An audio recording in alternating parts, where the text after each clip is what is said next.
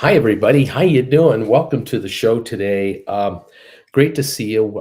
It's Stock Markets with Bruce. I'm your buddy, Uncle Bruce, and I'm glad you could make it. It's Friday, May the 12th, 2023. How you doing, everybody?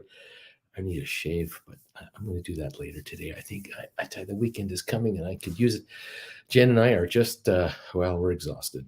We have we have been unpacking and trying to organize our apartment here. We're grateful. It's been a week. We moved in here a week ago, although I have to say, at the end of the day, today will officially be a week that all our stuff has been here. But it's just been, dealing with it. Oh my God, unbelievable. Several trips to the IKEA store, several trips to the Costco store, and everywhere else to kind of get the little things figured out. But it's all coming together. And I thank all of you for tolerating our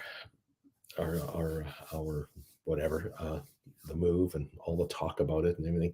It's great to see you all, and thank you all for being here. Look, today it looks like a nothing burger so far this morning. It's option expiry Friday.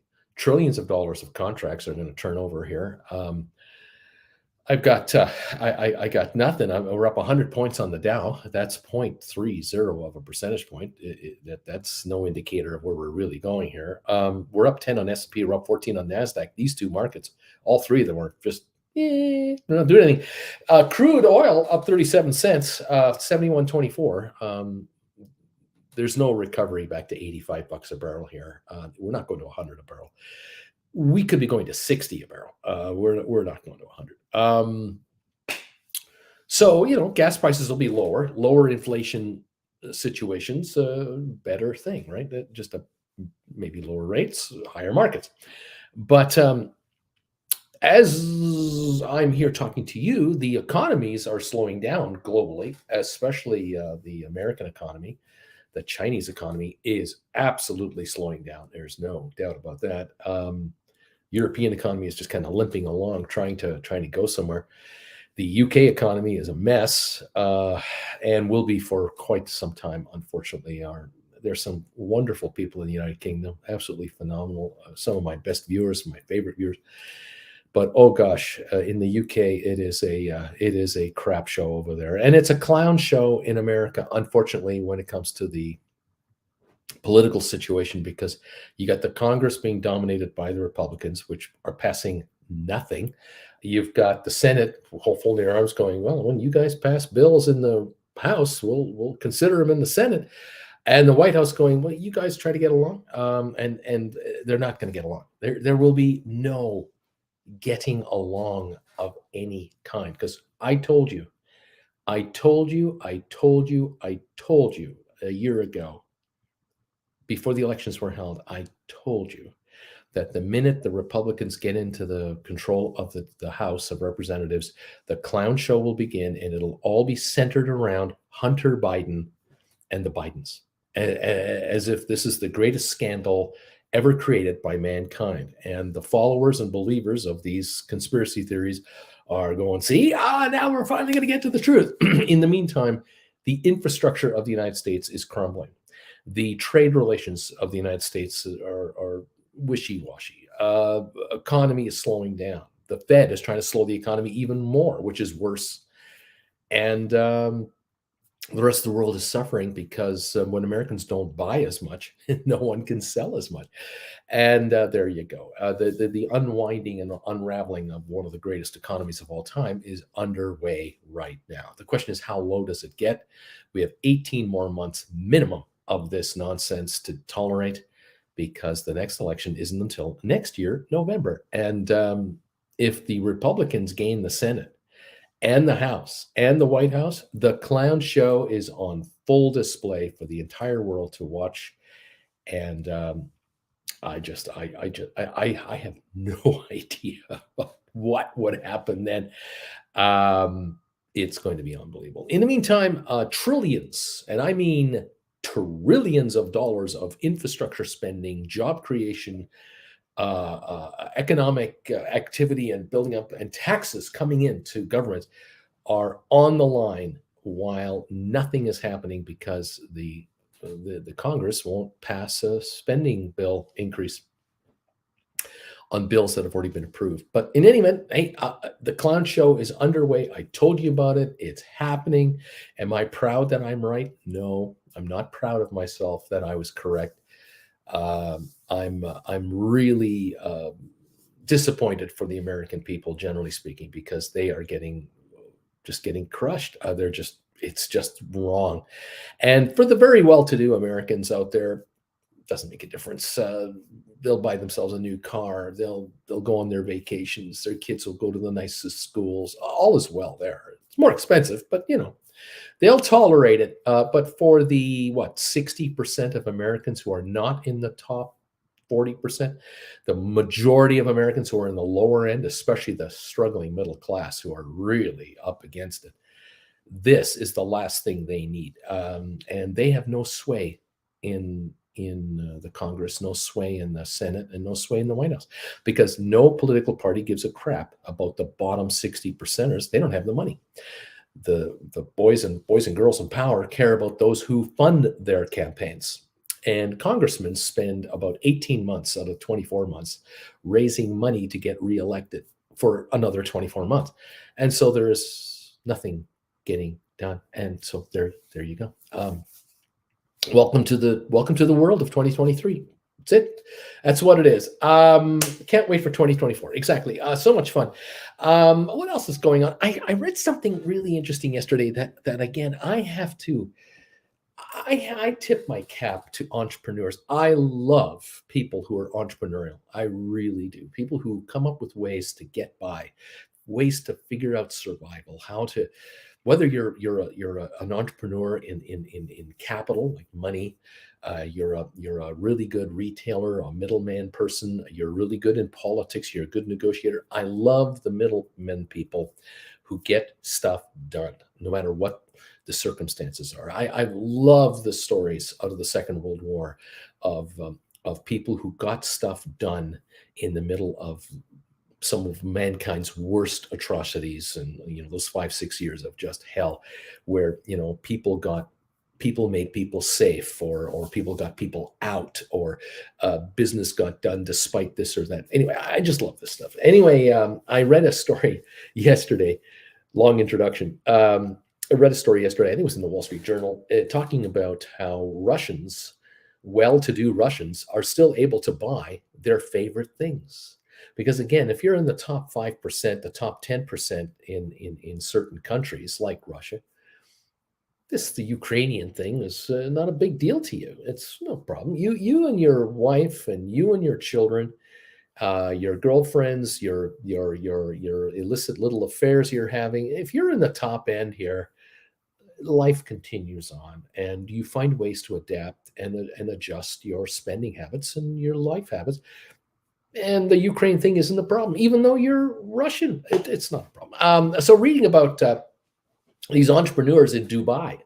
The United Arab Emirates is a country in the Mideast that is a pure middleman expert, the absolute middleman of the United Arab Emirates. You got to hand it to these guys in Abu Dhabi and Dubai. There are business people over there who have figured out, hey, the Americans have put all kinds of trade sanctions on different countries, and they've told corporations, Western-based corporations, get the hell out of Russia. And many Western corporations, if not all, got out. But if a Russian wants to buy a Cadillac, how are you going to get a Cadillac into St. Petersburg? You can't buy it through the Cadillac dealer. They can't get it. Or can you? Because in many cities in Russia, you can buy a Volvo, a Cadillac, a Hyundai, a Lexus, a Toyota. You can buy anything you want through various connections. It's a question of have you got enough money? And if you're in the top 2, 5%, 10% of the Russian, hierarchy, you do have enough money. 90% of Russians cannot afford what many North American middle class people can afford. Never, even under normal circumstances, they can't afford. But for the higher enders who earn a lot of money through bribes and a lot of money through deals that they've made through party officials, There's money is no object, and so you have these middlemen who buy. They'll buy, say, 100 cars from a car dealer in Dubai, and it might be Toyotas. And then this middleman ships these Toyotas through Azerbaijan over to Russia, or exports them out of Dubai to a third country, and then that country is allowed to deal with Russia because they're not part of the United States coalition. And Russian high-end buyers end up getting what they want, whether it's a car, cell phones, Apple iPhones, the latest Apple product, televisions, anything made in the Western world is available in Russia to those who have the dough. Not a problem whatsoever. We used to call that the black market. That's what we used to call it. And yeah, it's under the radar, but it exists in plain view, no question about it. I was reading this story yesterday, where they were talking to the interviewer was talking to the entrepreneur about how the entrepreneur was in the car accessory business, and he was saying, yeah, he said, I got caught with what was it? He said 2,000 seat heaters. I got caught with 2,000 seat heaters in my inventory. I guess a deal had gone bad and he couldn't sell off these seat heaters. And they had to be, in order for him to get rid of them, he had to install them into seats that needed to be heated. Well, in Dubai, you're not gonna buy a car in Dubai with seat heaters. You don't need to have heated seats in the middle of the desert. But in Russia, or in Canada, or in northern US, you're going to need and want heated seats. All of a sudden, this guy is being approached by all kinds of exporters of vehicles, and they're coming to him going, "Hey, listen, I got 100, Toyota Avalons here, or I got 50 Lexus vehicles and 50 Benzes over here. They're all headed to." They're headed to a climate where it's a bit warmer than a bit cooler than it is here. Can you install seat heaters in these cars? The passenger seat, the front seat, please. The guy's going, yeah, I can do that. I got 2,000 of them in my warehouse. You need 100 of them? You need 50 for the drivers and 50 for the, no problem. All of a sudden, this guy's going, I have to buy seat heaters again. In Dubai, there's a guy in Dubai who's trying to buy seat heaters for his clientele. Now there you go. So there are these entrepreneurs out there who are surviving, selling anything you want to buy from the West for the Russian market. Now, is the Russian 5% group the largest buying group of all time? No. In numbers, there's thousands of them, but not millions of them. But yeah, there's a bunch of people up there who can afford this stuff. Of course, if you are well enough to do in Russia, you can afford to buy an airplane ticket to Islamabad or Athens, and then you can connect to Dubai, or you can fly direct to Dubai yourself, because those flights are still open between Russia. And you'll come to Dubai, you'll pick your car out from the lot that you want. You'll find the car. You'll go to all the dealers down there. You'll then deal with export specialists, and you will then arrange to have your vehicle shipped to your hometown in Russia. Cash, baby. Bring it out the door. Not a problem at all. They don't have to spend rubles. They have U.S. dollars. Don't worry about the ruble schmooble. They have euros. Whatever currency you want, I have those. Swiss francs, got lots, because I'm in the upper 2%. I don't get paid in rubles. I get paid offshore in the currency of my choice, and then I just withdraw it from my Swiss bank. Not a problem. And those branches are everywhere. It's a wonderful system when you are on the upper end of the corrupt chain of any country. It's a wonderful thing, and no issues. No, you want to buy really nice silverware for your dining table. You want to buy the nicest china. You want to buy the place settings. You want to pick up the nice French-made cast iron pots and pans and stuff for your kitchen. This is all available. Diamonds, jewelry, perfume, cologne, blue jeans, anything for your teenage kids, anything for your young children, anything for your your family, your wife, your husband. Not a problem. It's always available. No problem. What a great country this is. What a wonderful world this is for some people. It really is. Funny how that works. I noticed that there was another story I read today, something about in Thailand right now. There's an election coming up, and the problem in Thailand is that the military keeps overthrowing civilian governments. You see, there's this problem in Thailand. You got these guys, generally speaking, they're all men that are in the military. They're supposedly soldiers. Okay, well, what they are is they are high-ranking military officers who feel that they are entitled to the good life, and that because they have a million or 2 million people under them with guns and all kinds of machine guns and all kinds of jeeps and all kinds of everything else, all the equipment you need to dominate your country, they feel that they are the ultimate decider of who has power in the country, because after all, it's for national security purposes. Yeah, right. And so whenever the Thailand and Thailandese, I'm not sure what to call them, whenever the folks in Thailand elect the government, and the government starts to enact social programs, and the money isn't going to the military steps in with a coup. The prime minister is clearly breaking the law. We have to put him under house arrest, and we'll have elections in 5 years. And in the meantime, we'll run things here as the military. We'll run it. Everything will be fine. And then in 5 years, we'll be back to another election. And then you can go out and vote for your next prime minister, which won't be the same person. And we'll see how things go from there. And inevitably, that person gets elected. And within a year or two, the government is overthrown by the military, because it's just not working out for the military. The military needs bribe money. They need to keep the bribes going from the top all the way down to keep all those regions of the country under control, because all of these guys get such a crappy little salary from the government. They feel they deserve more. And the best way to get more is to be the government. And that way, they control the taxes on petrol.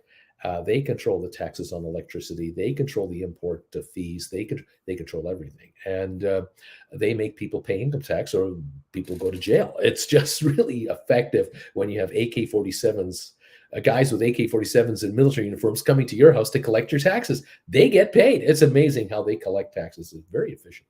The Taliban figured that out in Afghanistan, by the way. They have become experts at collecting taxes from their own people. And so the Taiwanese public gets asked, "Oh, who do you want to vote for?" And the same party, the same political party that keeps getting overthrown, is the one that keeps getting reelected, because the public is saying to the military, "Screw you, son of a bitches. We're bringing in our own government to do things the way we want." And the military goes, "That's fine. Vote in your people, and in a couple of years, we'll charge them with illegal activities under the country's espionage acts or whatever. We own the courts, we own the cops, we are the cops, and we'll just take everything over." Because there's no civilian government that wants to pay the military the money they really want, which is all of it. It's a wonderful system. It's a great world. If you're part of the upper end, it's good times. If you're a 14-year-old boy and your father is a senior military guy in the country, and he's in the inside of that top echelon, you as a 14-year-old boy are going to have a wonderful present when you turn 16. You're going to get yourself a nice Lamborghini. You're going to have the finest university education anywhere pretty well in the world, because you could pay cash to go anywhere you want. And then someday you too will join the military, and you'll follow in your father's footsteps, as your father is dictating is going to be. And you too will become the corrupt leader of a military brigade or whatever. And then you too can look after your children. It is a wonderful, wonderful succession. Unfortunately, 99% of the population are not that kid, are not in that family, are not in that area. They are the normal public who are just trying to get by somehow, get enough food in the pantry to survive till tomorrow. What can I say? It is what it is. And then there are you folks who watch me out there, who I hope are enjoying this rant. You're trying to get by in the world you're in, whether it's corrupt or not. We're just trying to get by. And one way to get by is to, well, not depend on others to get by. And maybe it's time to kind of take control of your life yourself. The one person you can count on, you should be able to count on, you. It's time for you to take control of your life. And so, hey, if I've been able to help you guys move forward in the world that you're in, I'm ecstatic. If my classes on my website have helped you learn how to write options and understand the market and figure out the philosophy of how this market works and why stocks go up and down and options do what they do, that's great. Way to go, guys. I know that I am making a difference to many of you because you out and out let me know this. Also, of course, these one-on-one sessions we have are very revealing and very enjoyable for me and very informative. And congratulations to so many of you who have been able to turn your lives in a completely different direction, where you're not trying to figure out what to do. You know exactly what you're supposed to do and how you're supposed to do it. And man, am I thrilled? Yes, I am. I really am. I did a video yesterday. I've done a couple this week. I did a video yesterday talking about writing a cash secured put on Tesla. I get all the time. I get people who send me emails and they say, "Here's my situation. Here's what I want to do. What do you think?" Blah blah blah. And then I have these private one-on-ones, and I just get all kinds of questions put to me about different situations, which is what I'm expecting. And from time to time, I get these questions about, well, I have this situation, and this situation, and I don't want this to be touched. And da da da da da da da. How should I handle this? And I made a video yesterday of a scenario where someone has a unexpected bill that came up out of nowhere that is outside the budget, and they've put the bill on a credit card, and they don't want to pay the 20-something% interest on that balance by just making a minimum payment all the time. And so what I did was I came up with a scenario where, well, here's fictional somebody with 15 grand in their brokerage account. They don't want to touch that money. They want to grow that money. But they have this bill over here that's like $1,600. How can they make that kind of money and get that kind of money off of their 15 grand without touching their 15 grand? Well, why don't you write a cash secured put on Tesla at 150 a share? And you need 15 grand to do that. And I explained that a December put could be written that's out of the money and would bring in $1,675. And I showed this example off. And the video went, I don't know, 20 minutes or something like that. Once I get going. I'm using the board behind me and I'm showing all these examples. And I'm coming up with what's the best case scenario, what's the worst case scenario, what we do is, what would you do if this happened? What would you do if that happened? On and on and on and on. It takes time to explain it. In any event, I posted the video, put it out there, and boom, a bunch of you started watching it, that's the whole point. And that video is now out there for the world to discover, if the world ever does discover the video. Well, apparently, my channel is actually no longer run by me. I am just a figurehead here in Creston. I'm not in Calgary, right? Because this is all fake behind me. I'm still in Creston in my living room, and I've been pretending to travel now for almost 2 years. I'm just a figurehead. I'm just a guy who just talks, but the real power of this channel is elsewhere. I mean, there are people out there who really call the shots. And apparently, some people called the shot. And next thing I know, money started showing up in my PayPal account. It's incredible. I really appreciate anyone out there wanting to take over this channel and telling my viewers to send me money, and they do it. I really like it when money comes in, and I have no idea why. I have no problem with that. My PayPal account lit up. All of a sudden, some dough showed up, and I'm going, what happened? Turns out, apparently, that whoever is running this channel, which isn't me, I guess, has announced that class number 16 is coming up. And if you want your own seat in class number 16, you better send Bruce $150 US right away to get your slot in class number 16, all about cash secured puts. Bruce is going to do class number 16, all about cash secured puts. I am. I didn't know I was going to do a class 16 about anything. I have no idea. Well, they didn't tell me. Whoever's running my channel didn't get a hold of me to say, hey, listen, just to give you a heads up, you're going to do class 16 now, and I'm going to send you a bunch of people with a bunch of money to reserve seats. So again, I thank you, all of you who've sent me money, because I always love when you do that, of course. And thank you for those of you who've secured a place in class number 16, even though there is no 16 yet. I'm happy to hold your money on deposit and, write your name down, and you've got a credit for class 16 if and when I announce it. If any of you out there want to send me $150 right away to get your spot for class 16, which will be, I don't know when, that would be great. No problem at all. I'm quite happy. I would just appreciate it, though, if whoever's running this channel, wherever you are, would you let me know, just so that I don't come off like a blathering idiot that doesn't know what I'm doing. Appreciate that. Okay, thank you, everybody out there. I love you guys. Keep those cards and letters coming in and those donations. Love you guys. It's all good. If you just want to send me a donation for no reason other than you're just happy with what I do and you're happy with how it's going and you appreciate the amount of hours that I put in on the air and off the air, and you're happy that Auntie Jen's hip is doing well and that our move has gone well, and you just want to keep us on the air, you're always welcome to make a donation to this channel any way you want, whether it's a super chat, whether it's a PayPal donation. Yeah, it's all good.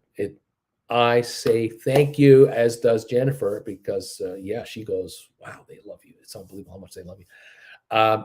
Look, you're making money. I'm a happy guy. You're generous with some of your winnings. I'm a happy person. If you're buying the classes, there are 15 of which you can get. I'm a happy guy. You go after those.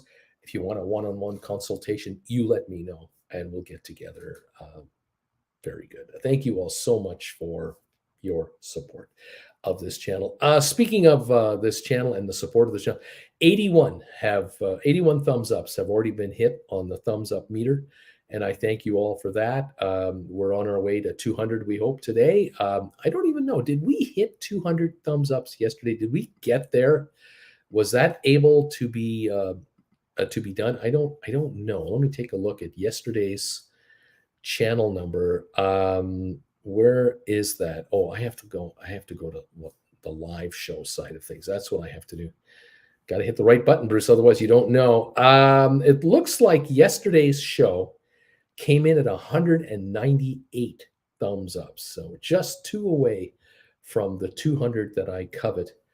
So if any of you out there are watching yesterday's show, or you forgot to make to hit the thumbs up button on yesterday's show, do me a favor, find that show from yesterday, hit the thumbs up button, put it over 200, and don't forget to do one today as well. Thank you all so much for your assistance. And away we go. You gotta love that. What else going on? What else? Yeah, here you go. Tish to dish. You don't have to go to a dealership to buy these cars. They're just getting stolen out of Canada and the US, put on shipping containers and dropped off in Dubai. They're getting stolen around the world and being dropped off all over the place in containers. Oh, yes, all over the world. This is going on. It's unbelievable. Sounds like somebody wants to secure a seat no matter what happens. And that's exactly right, because there are a limited number of seats available for each class I do. I'm not going to have 200 people watching me live on a class. It's impossible. Jennifer couldn't possibly handle that. So we do have a limit, but I generally like to announce the fact that a class is coming. But there are some folks who are telling me or telling my viewers, oh yeah, he's going to do this class on this topic. You better send him his money right now. And people are sending me money. It's amazing. The power of some of my viewers, my other viewers, is quite amazing. I guess I have to say thank you. Appreciate it. This is exciting. Anyway, Flint Creek, I will share this. My Flint Creek soap is being featured in Wellness Magazine. Way to go. And very excited. And everyone's happy for Flint Creek. Fantastic stuff. Flint Creek gets a lot of promotion on this channel, doesn't Flint Creek? Fabulous. Anyway, Larry Titus. Oh, wow. How some scammer ran a scam that cost money to be paid not to themselves, but to you. I think they don't know how a scam works. Yes, usually it goes to them and they keep it. Send me money for class 16 and I'll send it to Bruce. No, send it directly to Bruce and he'll do class 16. It's all good. Look, I love it. I absolutely love it that the viewers of mine, that some of my viewers who are very enthusiastic, and I love you guys, are trying to encourage more from this channel and indirectly find ways to promote this channel, or are finding people to motivate people to be part of this channel. I love it. I love you guys. But generally, I like to run it. I kind of like to announce when I'm doing a class. I decide when I shave or not shave, and how many shows I do, and all that stuff. But it's okay. It's okay. I'm not upset or anything. No, I'm just amazing. Anyway, welcome all to the party. We're up 109 on the pre-market for the Dow, up 13 on S&P, 25 on NASDAQ from what I can see here. Oil up 44 cents a barrel. GameStop is up 2 cents this morning. So, we're talking the nothing burger here so far. And I guess that's what we have here. Rocket Lab is up 1.1 cents in the pre-market. SoFi is up 9 at 523 now. The GameStop's up 2 cents. We've got Matterport down 2 cents in the pre-market. 23andMe looks like it's up almost a nickel now, at almost $2.15 a share. Spire down 0.5 cent. ATIP up 0.1 cent. Smart Rent down a penny. Sextera down 1/5 penny. Maybe there's nothing going on here. Apple's up 4 cents. Goldman up $1.27, Cisco up 9 cents, Tesla up 366 to 175.80. Even though Tesla announced a recall of 1 million cars in China, Arc Innovations up 18 cents, Microsoft down 36 cents, Pfizer up 3, HPQ no changes here. Google is up 28, Amazon down a dime, Nvidia down 37 cents, Unity down 21. So you can tell by these penny moves. Very slight penny moves. There is nothing going on in a big way. Nothing. It is really a quiet market going into this opening in about 27 minutes so far. That's the story as I happen to see it here. 523 on SoFi right now. Did any of you watch the Trump town hall on CNN? I didn't. I don't know. I'm curious how many millions did. I'd be curious to know, was there much of an audience for this thing? But I heard through clips that he was asked about those January 6th visitors to the House of Representatives, what he would do with all the people who were being convicted by the federal courts. And he said that he'd be interested in pardoning almost all of them. Just let them all off and it's all okay. It's no big deal. I believe there was at least one police officer killed in that event, and many injuries, and a protester was killed as well, unfortunately. And damage was caused to the building and all kinds of. I know we'll just let them all off. Well, you know what?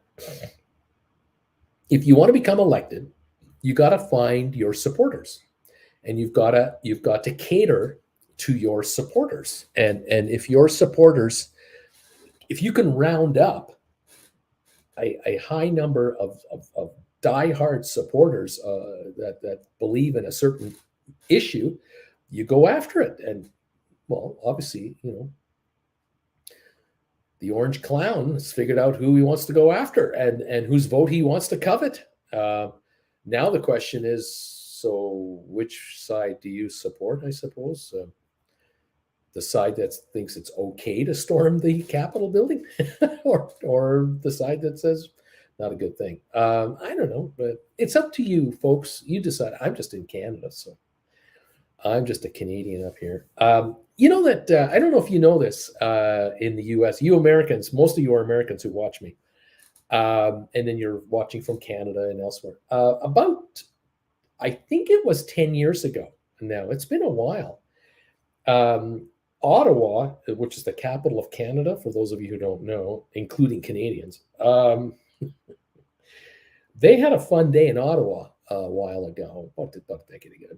A guy running around in downtown Ottawa, I believe, had a rifle and a gun. He had like a pistol and a rifle. And he started shooting, and he ended up going to the memorial, the World War II memorial, which is in Ottawa proper.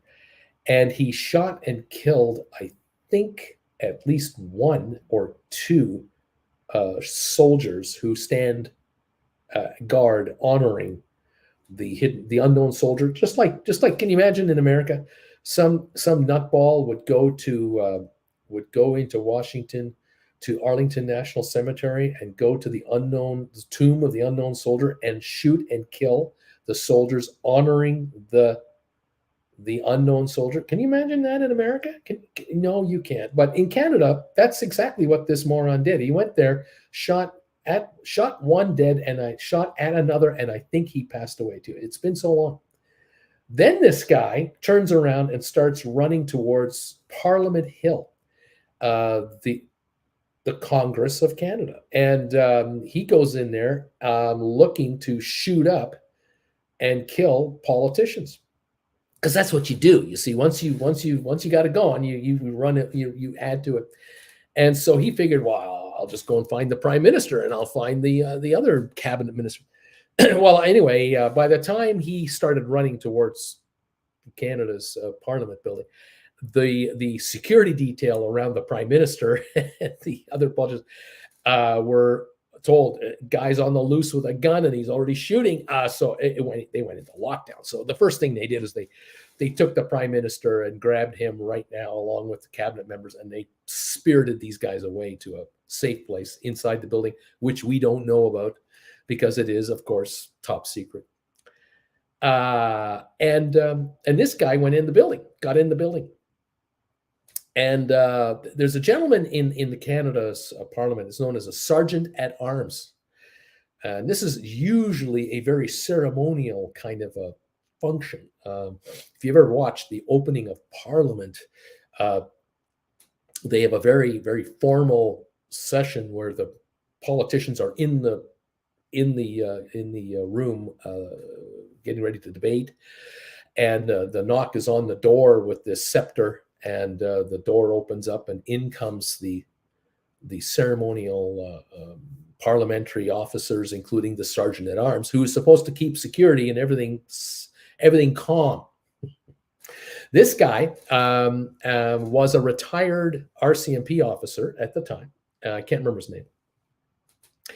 And he was on duty in his office. He got the word. There's a gunman outside, and he looks like he's coming in here. He calmly went to his desk, grabbed his service revolver, and started to peek around corners of the building, which he knows intimately well.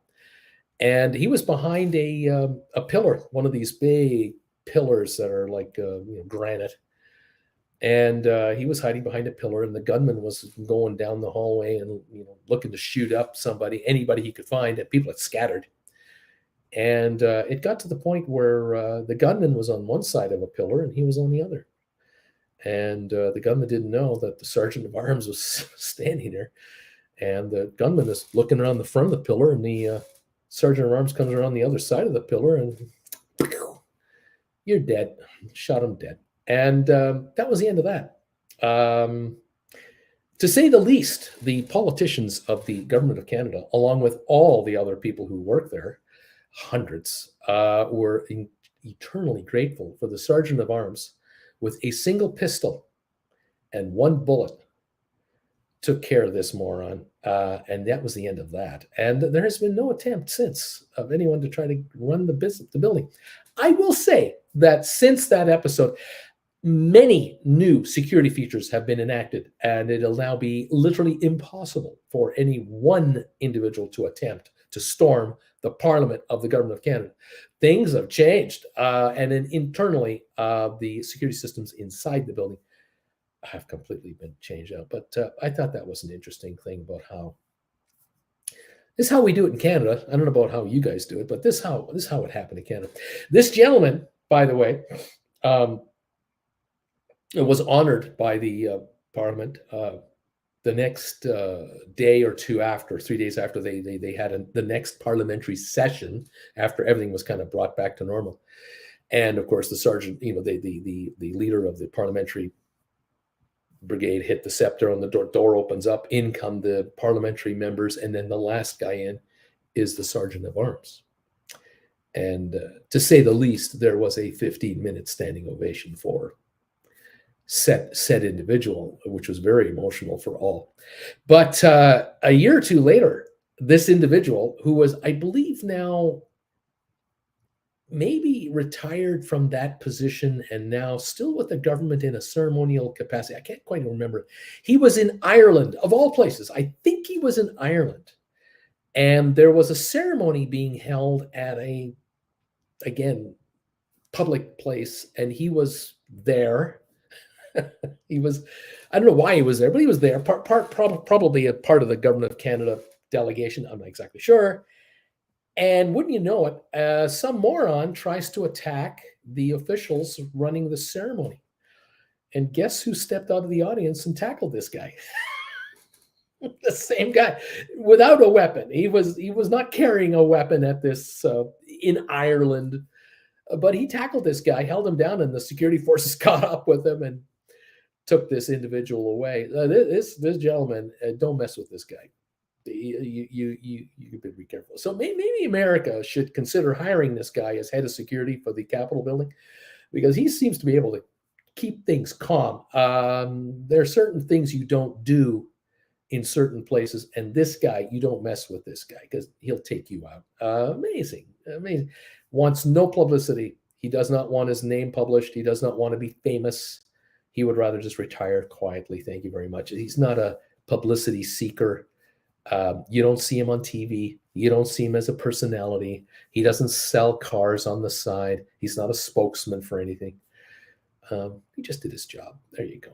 Anyway, what can I say? It would be nice if politicians would do their jobs as politicians. And it would be nice if colonels and generals and admirals and whatever these titles these guys have around the world would do their jobs, their military jobs, and stay the hell out of civilian life and stop picking on 80 million people in your own country for bribe money.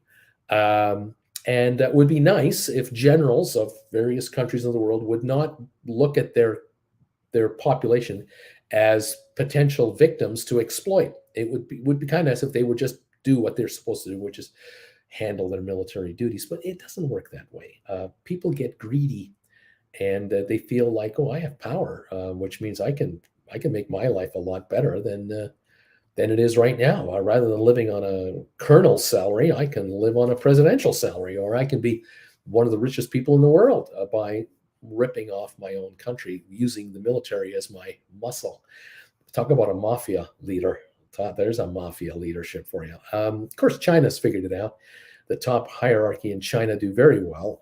The top military people in China, the top politicians, the top communist officials are very wealthy. Their children are incredibly well looked after. They go to the finest schools in the world. They have no cash problems whatsoever, and they drive the finest cars wherever they do go to school, these kids. It's not uncommon for some Chinese people go to college and university here in Canada, and the kids live a very comfortable life because mommy and daddy send them $20,000 a month to get by on, and it's chump change to them. It's good at the top. It really is. Those of you, though, who are not at the top, you have to look after your own affairs and your own lives. Maybe the way to make it better for yourselves is bring in a new income stream that you haven't had before. And a number of you who are viewers have figured it out. I'm going to write stock options because whether I'm a male or a female, it doesn't matter. I can bring in money from the options market at the same price as anybody else. And I will do what these big, huge hedge funds are doing, some of which might be representing offshore colonel general money. You might be writing options along with some of these dictators and their pals.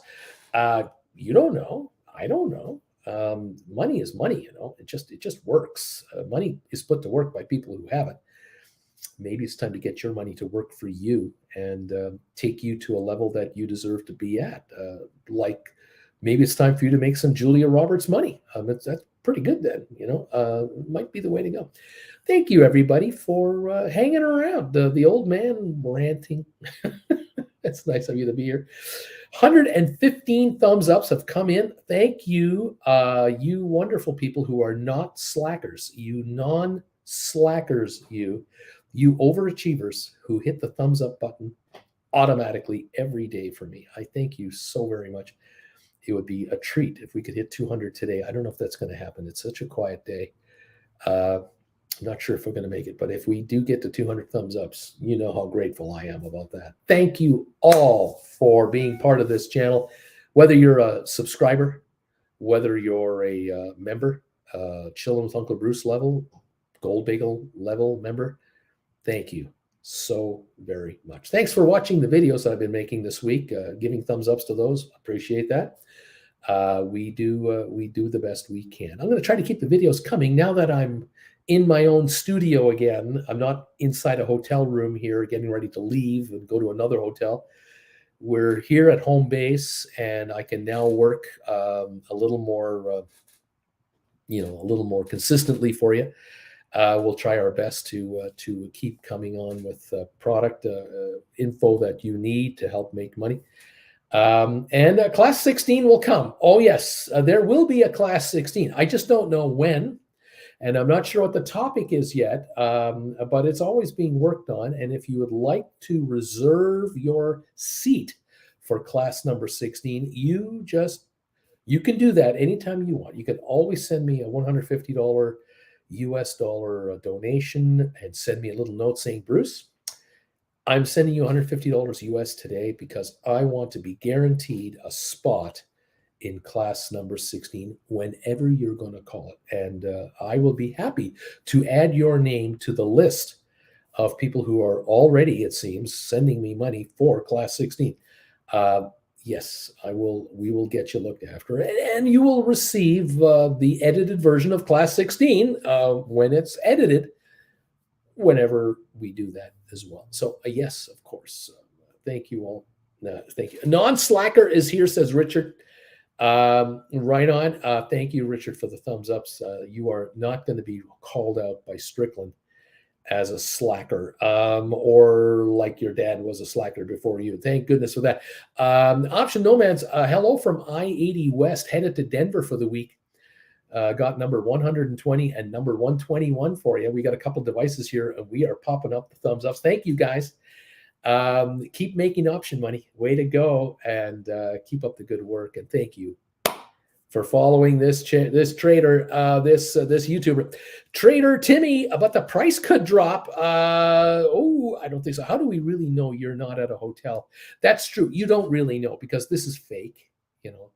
Everything around you here's fake. I mean, it's all just pretend. So you don't know. That's the thing. I could be in Burma right now. You don't know where I am. I could be in Delhi. How do you know? Exactly. That's true. I mean, JR, how do you know that photo that's on your avatar is really me? I mean, how do I know that's really you? That could have been an imposter that you sent to have a burger with Jennifer and I. And you're not even, that's not JR. That's JR stand-in. I don't know. You see, we just don't know. It's a fake world, isn't it? BP, I wonder why the Motley Fool and Seeking Alpha are so negative on SoFi. They're using medium bank failures and stating SoFi will fail. Uncle Bruce, you have upset them. I guess I have.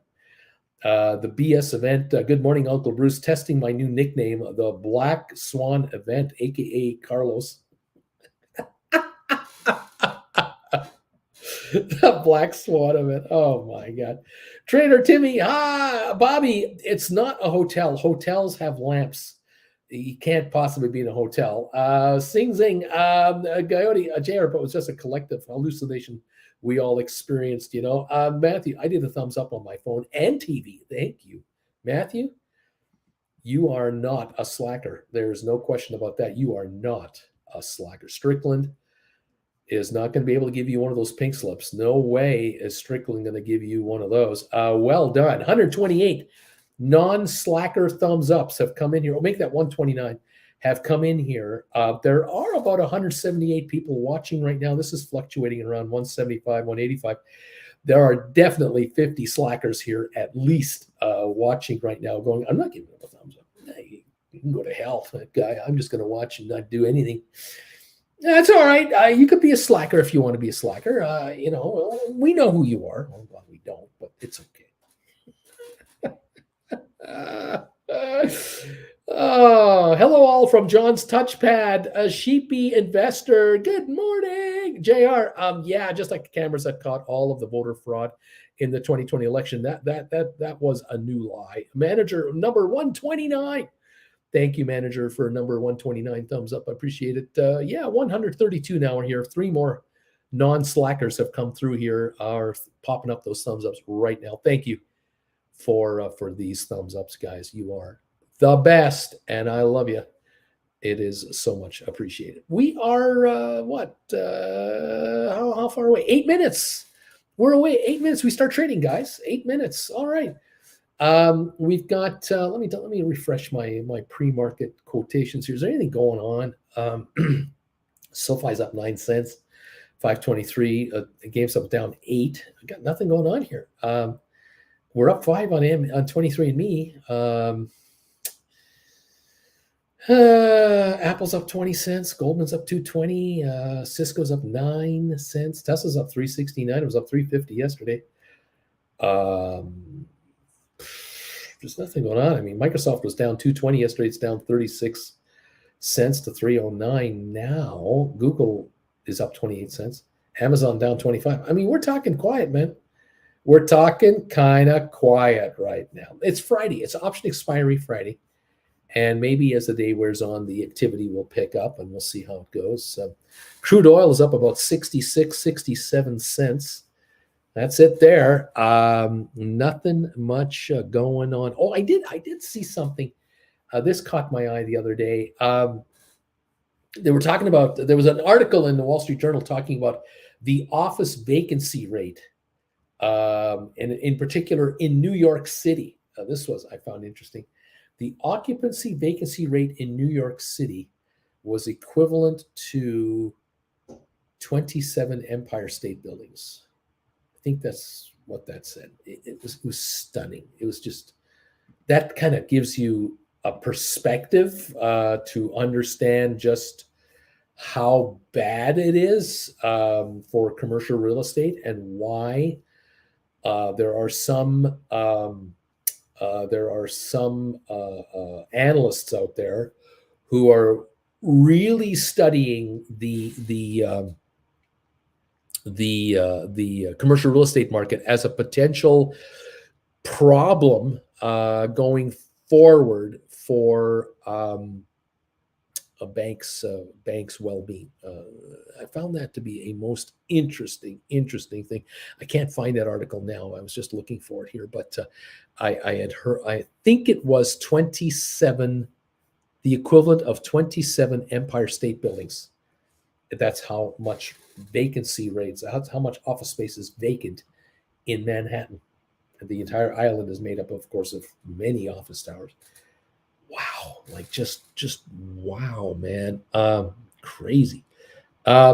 Anyway, Spicy Android, number 133. I love the show. Thank you, Uncle Bruce, for helping me plan my future. Thank you so much for making my future.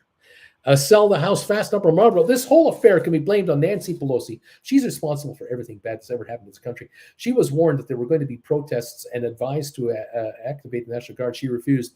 She thought it would be better. I think, if I'm not mistaken, I think she and Mitch McConnell were calling the White House and calling the National Guard, begging them to come. And they said, we can't come unless the president tells us to come. And the president was not doing jack squat for like 2 hours. He was watching television of the event. Um, yeah, I don't think it's Nancy's fault. I'm sorry. Yeah, like as if Nancy wanted the Capitol to be overrun. Like, yeah, she's the insurrectionist. Um, to stage the circus that happened. Yeah, okay, fine. I look. I'm a Canadian. Okay, I'm not an American. This is not my fight. But I can tell you, folks, we here outside of America get pissed off when America doesn't get its act together. And right now, America doesn't have its act together. So we're pissed off because America claims to be the leader of the free world and to be the example of democracy for all and the greatest of all time. And we're sitting here going, you guys are screwing it up and we're not impressed. Are we perfect? Oh, God, no. Oh, God, no. Look at the UK, look at Canada, look at other countries. No, not. But America could be better, and America knows it. America knows it can be better, and we know America can be better, and it's not. And this infighting stupidity that's going on just drives us nuts. But hey, again, it's not our fight. We can't fix it. There's no magic wand any one of us can wave to make it all better now. I have no idea how long this is going to take to make better. I really don't know. Anyway, it is goofy. It is goofy. Anyway, how can you thumbs up twice? Two different devices, I get. Sheepy, any thoughts on Icon's IEP stock? It is over 20% dividends now. No thoughts specifically. There's a war going on with a short seller, obviously. Agent, yes, she knew it was coming. Yeah. Yeah, Nancy sure wanted people to storm the Capitol who wanted her head. Quite the theory. Yeah. JR, the president calls out the Guard, not Congress people. Richard, Nancy was busy trading stocks and options before the big announcement. It's Ryan, like the cop in Ghostbusters. Step aside. Let's get back to stocks. I want to write. Trader, who cares? Let's talk options. What year? 1984. Give it a rest, Uncle B. I want to. I really do. I want to give it a rest. I want to give it a rest. We all do. Believe me, on the outside, we wish this wasn't part of your story right now. We really, really would like this to not happen. We also would like the another thing not to happen. We would like not to happen when disturbed people who are under some kind of duress walk into schools, churches, shopping malls with AR-15s and start shooting people. We'd really like that to not happen as well. That would be nice if machine guns were not, being taken to schools and churches and shopping malls at random. That would be better. That would, little thing, But then again, what can I say? It is what it is. Welcome to the world that we are in, folks. Yay! It's Ryan. Stocks. Let's talk stocks. All right, let's go over to member chat only. It's time to go over to member chat only. Thank you, all of you lurkers out there.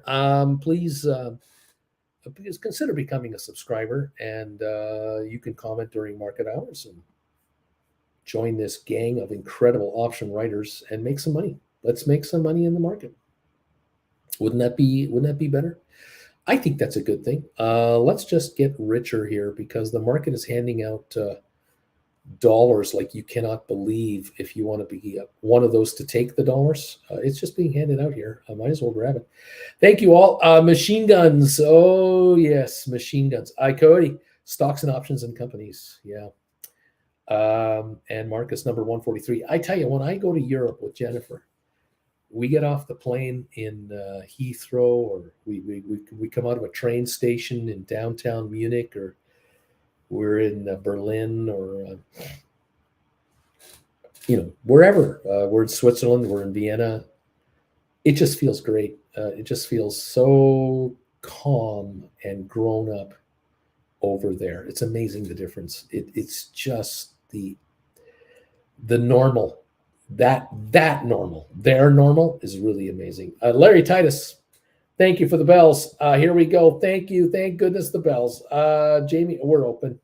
And JR, thank you, Larry. Thank you, Larry, very much for all of us. I appreciate it. Yeah, I love going to Europe. And of course, coming back to Canada, it's just calmer.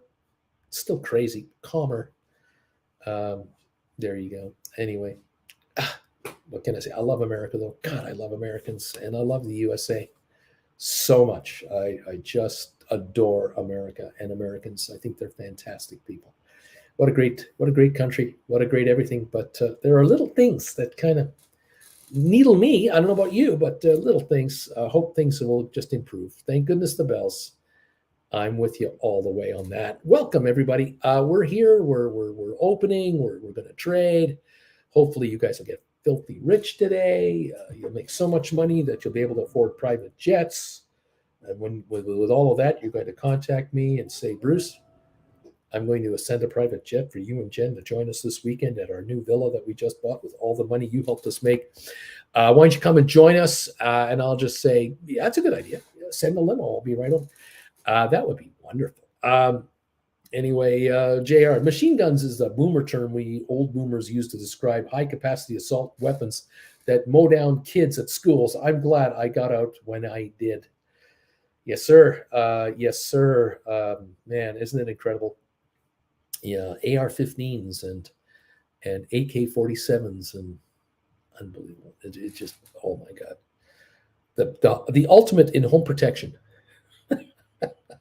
I'm going to protect my home by taking it to school. What? I don't understand how that works. Maybe I must have missed the memo. I didn't get the memo. We're up 60 points on the Dow, I think. So let's start in the green and see where it goes. We got GameStop at 2083, down about maybe 5 cents, maybe something like that. Here we go. The Dow is up 56. S&P up 10.5, and NASDAQ is up 32 points. Oil up 60 cents. We are open for trading on the open market 2 minutes into the day, and we'll see how everything kind of works out. BP says there's an old adage, a fine is a tax for doing something wrong. A tax is a fine for doing well. That's an adage. And in certain countries, the attitude of the populace is there is a tax on whatever there's a tax on, income, gasoline, alcohol, cigarettes. But then those who collect the tax are accountable for where those dollars and what those dollars do. And one of the areas that this is going to and has to go to, because since it comes from the people, it should go back to the people in services. And some of those services are free education to the children so that we grow new taxpayers. This is how you do this. You keep creating new taxpayers to replace the old ones who die of old age. You create infrastructure to allow a much more productive economy, which will generate much more taxes. And you also protect the public from, ne'er-do-wells, whether it's military, police, what have you. That's how some countries' population views taxes. Others view it as an enemy of the people, and they view it as a scourge and as the worst thing that can happen to people, and they want to eliminate them. And but yet demand government protection and services and everything else. It's amazing. What can I say? It's a philosophy thing. Whatever side you're on, you're on. It's all right. If you're in a democracy, at least you can talk about it. So I've been led to believe. I don't know for sure if that's the truth, but I've been led to believe that generally is what you're allowed to do. You're allowed to talk about issues like that without fear of being arrested or killed or jailed or, whatever. I'm just saying. Wow, what gives? Indices are up and my stocks are taking a dip. Moonman Moo, good morning there. Drew, 150 thumbs up. Good morning, everybody. Thank you for 150 thumbs ups, 3/4 of the way there, even though we're talking politics. Oof, shouldn't be talking politics. We're up 62 on the Dow. We're up 10 on S&P. We're up 28 on NASDAQ. All right. Welcome all to the show, and welcome to where we're at here. Let's see how things work out. We got a 10-cent gain on Rocket Lab. Again, we're now at 420. Smart Rent is up 5 more cents to it's up 11 cents to 337 now. Rocket Lab up a dime, up 11 on Smart Rent. AI is down a nickel. Unity is down 88 cents. GameStop down 7. SoFi down just 3 cents. Tesla's up 380. Now make it 450. Apple's up 33 cents. Google's up 38. Moderna down 12. Cisco up 3. So we have some mixed markets here. IBM up 38. What else is here? HPQ down 28. Microsoft down 47. Spire's up 1.5. Amazon up 8 cents. 8 cents. Home Depot up 131. We got nothing going on. It's a very quiet opening. There's no dramatic anything. Nothing I noticed here. Anyway, I'm looking. Uncle Bruce, is Canada taking immigrants? Yes. Yes, it is. Canada is really taking in immigrants. Yes. I think the numbers. I know this. I remember this. It was an election issue in Canada, the immigrant thing. Back about 7, 8 years ago, when the first time that Justin Trudeau was leading the Liberals against Stephen Harper, the current prime minister at the time, for the Conservatives. There was an election, and Harper had been the prime minister, and now Trudeau was challenging for the gig. There was a national debate going on about how many Syrians to allow in. This is when Syria was melting, and the Harper government was talking about 10,000 Syrians per year to come in, 50 a week. Is that right? 500. It was 10,000 a year. It was a small number. It was like 800 a month, 200 a week. That's right. And Trudeau came out and said, if I'm elected prime minister, we're going to bring in 25,000 Syrians per year without limits, like 25,000 for the next 5 years, 10 years. We're bringing in 25,000 Syrians because there are hundreds of thousands of Syrians in Canada, and they're trying to get their family out, desperately trying to get their.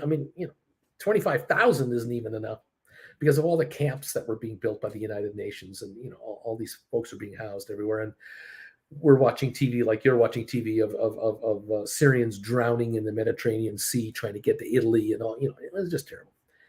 And Trudeau came out and said, we're going to increase the immigration numbers dramatically into Canada because Canadians are not having enough children. The country is aging. We're getting older. Canadian companies cannot find young workers to take on jobs of all kinds, whether they are minimum wage jobs, medium wage jobs, and then higher with skills. We don't have enough children here because the baby boomers, we had one. Many of my friends had 1 or 2. That's it. I don't know many people that have had 5 or 6 kids. And so Canada's population has been aging out, and we've needed to bring in new people. And so Trudeau got elected big time. It wasn't that one issue, by the way. That wasn't the only thing. But that caught the ear of Canadians. They thought, this is ridiculous. 10,000 a year? This is an insult to humanity. Now we have the Ukraine thing going on, Ukrainian thing. Canada has announced unlimited numbers of Ukrainians can come to Canada. There's no limit. As many as want to come can come. Now, if you have a criminal record and you're a murderer, you're a rapist, you're not coming in. Okay, there are rules as to the qualifications. You have to, of course, have a clean record. It would help if you're not, from a federal prison in Ukraine, little things like that. I mean, we have certain standards around here, but unlimited number of Ukrainians are being allowed in. No question. Because Canada has the second largest number of Ukrainians in the world. I guess now Poland is number two. Ukraine number one, Poland number two. Canada has a huge, huge Ukrainian population. Massive. They hate the Russians. By the by, they hate the Russians. And so Canada's bringing them in. No problem. These folks are productive. They are working immediately. They are paying taxes, buying houses, buying cars, creating jobs. Yeah, yeah. Many farmers in Canada, many farmers across Canada are Ukrainian because they know how to farm. They absolutely know, and they worked their butts off in the 50s and the 60s and the 70s and the 80s and the 90s. Yeah, they're here. Grandparents, great grandparents are here. Yeah, so Canada is bringing many in, actually. JR, Uncle Bruce, I like your strategy of writing calls way out on SoFi, then waiting for the dip like we're having. Works out well. I also like the strategy on SoFi to write put contracts, cash secured put contracts. If you're going to write cash secured puts on SoFi, like $4 calls, $5 calls that are out to January of next year, bringing in a nice premium and saying to the world, hey, I'll buy SoFi at $4 if you give me this much money up front. I'll take this deal anytime. I don't see that as a problem for people, actually. But you have to decide whether you have the patience to wait the win out. And that is the secret. Do you have the patience to do this contract and then wait for the payoff that might take you 2 or 3 months to get? Right now, if you want to write a January $4 put contract, you're going to get 53 to 55 cents for a $4 contract. You write a $4.50 put contract, you get 73 to 74 cents. And if you write a $5 put contract on SoFi for January 2024, you'll get 94 to 98 cents. And this is according to my quote machine, which is likely not accurate. It's 10 minutes behind. We're only 12 minutes into the day. But hey, I like the idea of putting up $500 and getting $95 back or $93 back from a put contract for a $5 put. I like that because if the stock is going to 6 or 7 or 8 by the end of the year, or 10 or 12 or 20 or 50, anything over $5, this put is worthless. You keep all the money. Now, you sell it now for 93 cents and you buy it back for 22 cents. In 2 months, in 3 months, in 4 months, congratulations. You've made yourself a nice little buck here. Guess what you're going to do next? You're going to sell another put. The stock is going up a couple of dollars. You're going to write a $6 put. You're just going to follow the market and keep writing higher priced puts for more premium money. What's wrong with this game? It's called keeping the change and getting more of it. I like it. Not a lurker anymore. Number 77. Hello, Uncle Bruce and family. Lorraine, we have 61,000 in New York City and counting. They might have to close off streets and put up temporary housing. Yes, you guys in the U.S. have a different problem than we have in Canada. What we don't have that you have is we don't have millions of people or hundreds of thousands trying to enter the border illegally every day. We don't have that exact issue. Yeah, there are illegals up here. There are many, yes. But we have a legal system that really has opened up. And this has caused most people to come to Canada legally because there's ways in legally. Again, you're not a murderer. You're not a rapist. You're not a convicted drug dealer. You're welcome to apply, depending on just where you're from and everything else. But Canada does, on a proportionate basis, brings in more immigrants than America does legally. Now, illegally, America is the leader of the world, I guess, in that area. And I'm sorry to see that is the case. It is sad, sad, and sad. Sell my house fast. JRP, the Speaker of the House is responsible for the security of the House, not the President, separation of powers, and everything. Matthew, Uncle Bruce, I did a poor man cover call on Aapl. I believe that people are flocking to high cap stocks for the wrong reasons. And they are overinflating the stock. You could well be right because the top performing stocks this year are concentrated in 5 or 7 of them. The FANG stocks have done well, but the rest of the market not so much. BB a six. What are you doing at 19 cents? Yeah, cheap. There's deals are attempted to be being made here. I don't know if they're going to be successful, but we'll find out. Eventually, they'll figure it out. The company is not going to disappear. It's probably going to be reorganized, but it's not going to disappear. I don't know what the stock's going to do. I do not know the end game at all. If I knew, I'd tell you, but they don't call me with insider information. I know why they don't. I can understand why they don't call me. Sheepy investor, Ugbers, how are you investing your cash if you aren't investing in the stock options market? We're just sitting on cash. Excuse me. Jen and I have no investments. We're just sitting on cash. Yeah, that's it. And we're just sitting on cash. As long as I'm on the air and as long as I'm doing this, where I'm talking to you guys and expressing my opinion, don't mind me, I'm expressing my opinion on the market. We're not into any stocks, not doing any option writing, nothing. So that's what we're doing. That's it. What else is going on? Welcome everybody to the program. I'm glad you're here. 71-point gain on the Dow. Okay. It's there. It's okay. It's not great. It's not bad. It's just 71 point. Up 10 on the S&P, up 18 on NASDAQ. Very quiet start to the morning. Very quiet. Hawkeye, I'm number 158, Bruce, on your thumbs up meters. Thank you, Hawkeye. Here they come. I need 40 odd more, just a little over 40 more, and we've got 200 today. Thank you all for being there. Appreciate it. Hopefully you folks just keep getting richer as these days go by and these options keep expiring on you. They lose time premium. Every once in a while, we get a dip in certain stocks, and that accelerates the contract, the demise of the contract you've written. Fantastic. Look at Rocket Lab, 420 up 10 cents. Smart Rent, 330 up 4. Those are having good weeks.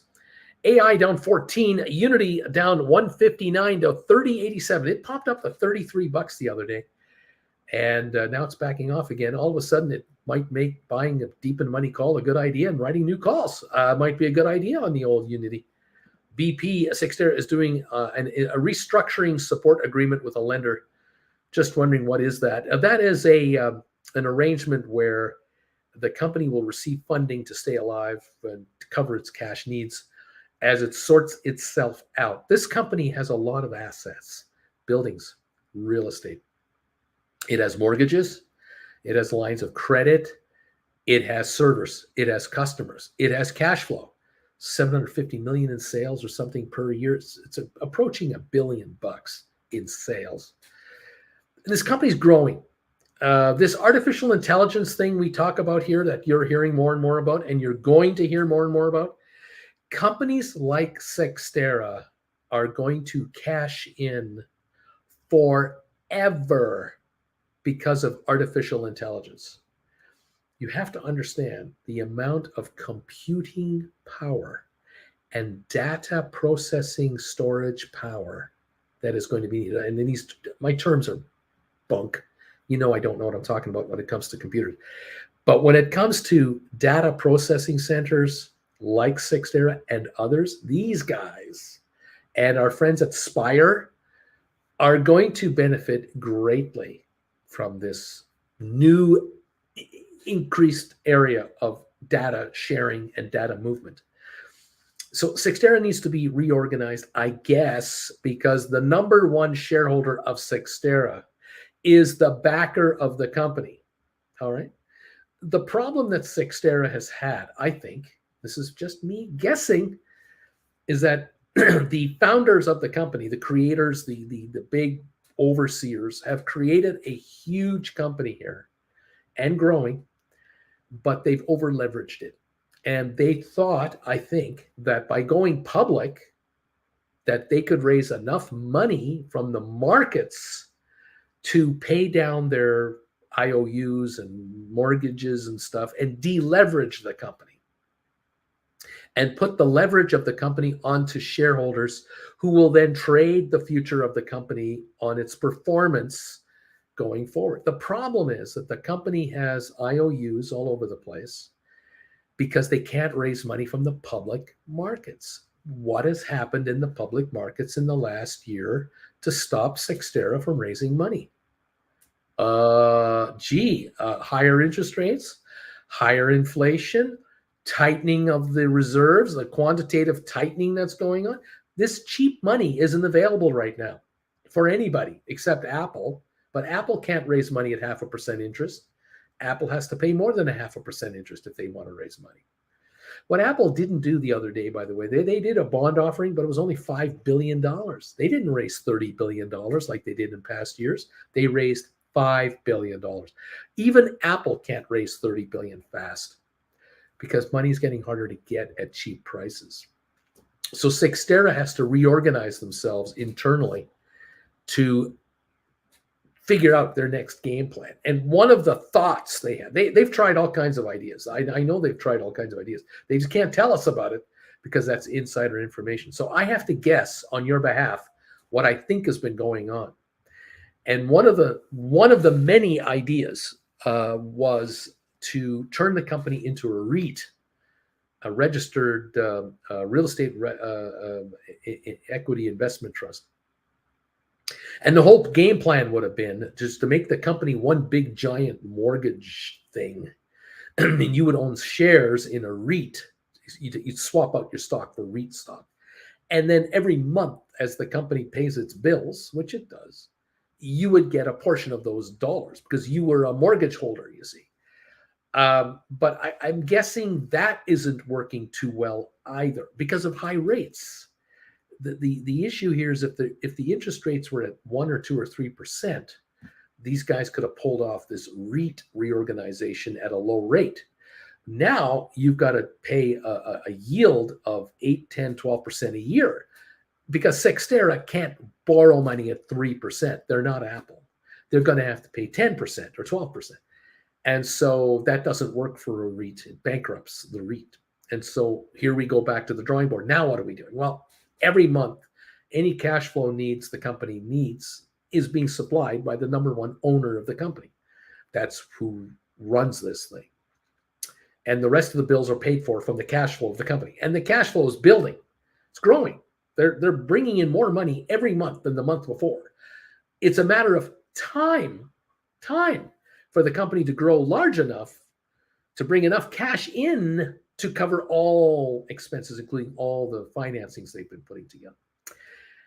And that is why the number one shareholder keeps funding this company, because they know it's $750 million in cash. They're going to go to $800 million. They're going to go to $850 million. They're going to go to $900 million. They're going to go to $1 billion. Every million more that comes in now is pure profit because they've paid all the infrastructure. They've got their servers. They've got the buildings. They got the land. They have the employees. They're all there. They're actually cutting employees because it's becoming more efficient. It's another thing about AI. Efficiency is being added here. And so companies like Cyxtera will become far more efficient in netting out more money per dollar brought in. If the question is, it's a race against time. There's only so much endurance that the runner has.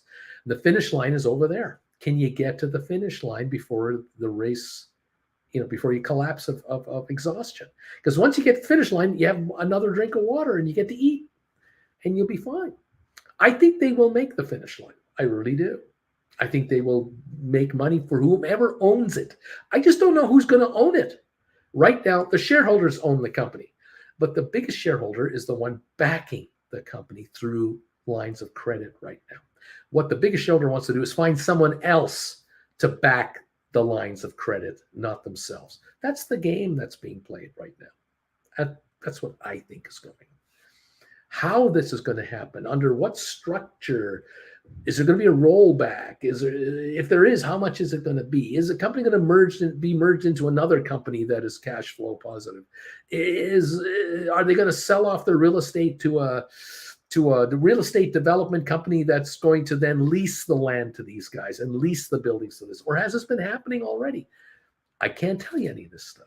There is a million solutions to Cyxtera's issues. The problem is right now, the ground under the company's feet is shifting, and it is shifting in a big way. Inflation, interest rates, currency issues, the fact that this company has these 61 server farms all over the world. They're not in one town. They're not in one country. They're everywhere. These guys are juggling a lot of stuff, and that's why we're sitting here going, what's happening? What's happening? Why is the stock 19 cents a share? When is this going to happen? What? We want answers now because we have 8-second attention spans. But to be fair to us, haven't we been waiting 2 years for Sixtera to tell us what the hell's going on? I agree. But what has happened in 2 years? A lot. And none of it very good.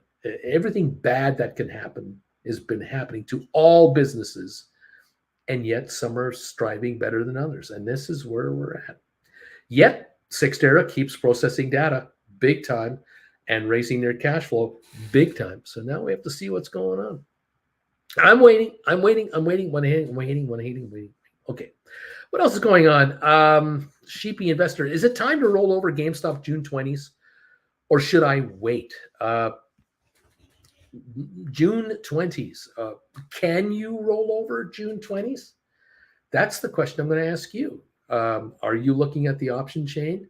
What are your choices? What can you do right now for a rollover as of right now? The stock's at 20.92. Are you happy rolling into a $20 call for July or August or September or October or November? Will that pay you dollars more in cash by doing this rollover? Could you roll into 21s or 22s 6 months from now for just as much money to buy back your 20s or more money? Or should you wait another couple of weeks because this is the 12th of May and you have June contracts? You don't have to do anything today. Could it be that next week GameStop drops 75 cents a share to 2015 and your calls are only worth 15 cents each book value and they're trading much lower and now it's time to do a rollover? Only you can answer this question. Let the stock tell you what to do. But hey, we'll check your option chain. Shibi, I'm folding my arms for now. Shibi, the game's up so low, it has been going up. The price anyway. BP, thanks for your thoughts on Sixtera. I do what I can. Same question. GameStop, June 20th, sky high kite. Let the time premium decrease and then roll. Just talked about that. Exactly.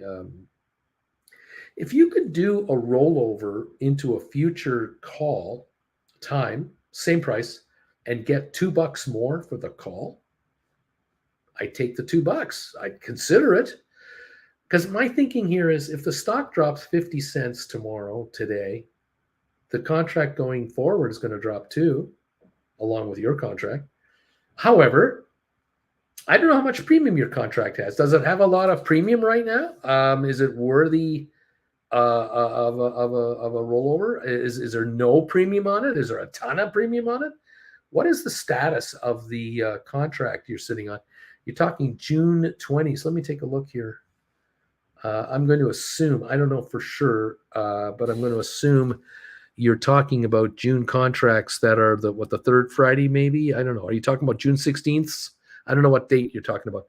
The 20s for June 16th are 214 to 233 last I saw, and they're worth 90 cents. So they got about $1.10, $1.20 premium on them. That is a profit coming to you if the shares don't go much higher than this. At a minimum, that's how much more you'll make on them. Obviously, if the shares go to $20 in the next 2 weeks, and this can drop 94 cents in 5 minutes. We all know that. But let's say they're trading at $20 in 2 weeks from now. That would be May 26th or something like that. What will these be going for if the stock's at $20? 70 cents, 80 cents, all premium, right? That is $1.50 from here. Are you happy taking $1.50 off the table in the next 2 to 3 weeks? If it were to be that. If the stock goes to $19, you're $1 out of the money. You're going to be at 20, 25 cents. Let's not kid ourselves. Then you've scored another $1.80, $1.90 on this trade. Fair enough. But what about getting out of these now and writing October? So let me take a look at October 20th just for the hell of it. There's 365 to 430. Is there something wrong with buying back your call for $1.85 now and writing a $20 contract for October and bringing in $4.25? I don't see anything wrong with that. That's a $2.40 gain in your pocketbook. For my math, I don't know what the problem is here. If you want to write 21s, they're 330 to 385. Write 21s then. You want to write 22s, you can probably get 345 for those. 22s, you'll move up $2 and you'll move up in money. And now you don't have this June 20th problem anymore. I don't know why you're asking me these questions. The answers are obvious. Spire's going straight up, says 1984. Smart Rent showing another green day. How about that? Look, kids, you want to write contracts out to October? You can do so. You want to write contracts out to November? $20 Novembers, you might get $450 each for those. 21s, $410. 22, $360. These are just below the offers. Writing stink offers here. 23s, $335 to write 23s. But you don't want to go that far out, then you're not going to get the money. You're going to have to go out in time to get the money. But they're offering it to you. There's some nice money being offered out of the money contracts going forward. If the stock's going to $18.50, $19 in the next 2 months, these out of the money calls will drop to, can this $2 gain, $2.50 gain in cash times how many contracts you're running? Can you buy more deep in the money calls? Could you get 5 more now and boom, write 5 more of these $4 calls? Take another $2,000 into your hand. It's up to you. I don't know what your strategy is for sure, but I kind of like what I see there. I don't know what's wrong with this. We're up 17 on the Dow. We're up 8 on Rocket Lab. We're up 18 cents on Smart Rent. We're only down 3 on SoFi. We're up $3 on Tesla. We're up down 74 on Aapl. Where are we at here on some of our others? We've got Spire up 3 cents, 3.4 to 74.9. Go Spire, go. Go Spire, go. JR, Uncle Bruce, thanks for the lesson in effective rollovers. Much appreciated. Very, very welcome indeed. Those of you who haven't taken the lessons, take the lessons. I'm hoping, I'm praying that when you folks ask me questions about what to do, how to do, that you've taken the classes already, because many a time I seem to be getting questions that the classes have covered quite extensively, but it's okay. You need an answer now. You're in a hurry. You're worried. You're wondering. Bring it on. I'll do the best I can to try to help you out. That's the beauty of this show. We're live during trading and a trading hour here, the first trading hour, when most of the action happens every day. If I can help you out, I'll help you out as best I can. But the answers lie within the classes, and you've got to take them. You really have to invest in the classes to get the big handle on what's going on here. If you want to make money in this market, you better understand it. Make an investment into yourself, and let's go. We're up 8 cents on GameStop. 2096. Is it deserved to be here? Is it not deserved to be here? It's all up to you to decide. But I would just let the stock tell you what to do. The stock does not seem to want to go to $16 a share. Have you noticed that? It doesn't want to go down. Maybe it's time to do roll-ups. Go forward in time and writing out of the money calls. Maybe now's the time to do that. Take the money. Take the money. Okay.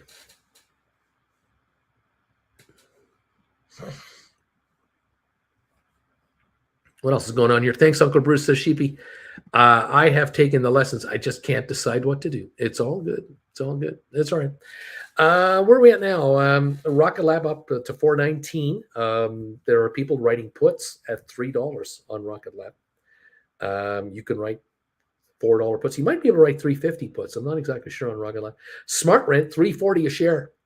Some folks have written $2 puts on the stock. Up to you. Maybe 250s might be available to be written. I don't know. AI is down 23. Unity is down 165 now. Some folks write $20 puts on Unity.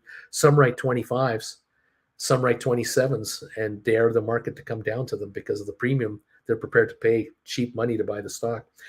Check out those put premiums. It might work for you. I don't know. GameStop is up 2 cents. SoFi's down 7. Tesla's up 223. Apple is down 85 cents. Google is down 19 right now. Can you open the windows? I can. Hi, Jen. Hi. Jen is here. Good morning, all from Alex. I'm number 166 today. Can't speak for others. But when I ask about trades, I generally just want a second opinion to make sure I haven't missed anything. And it's okay. It's all right to ask. Because if you ask me a question on the air about what to do, others will kick in and answer as well.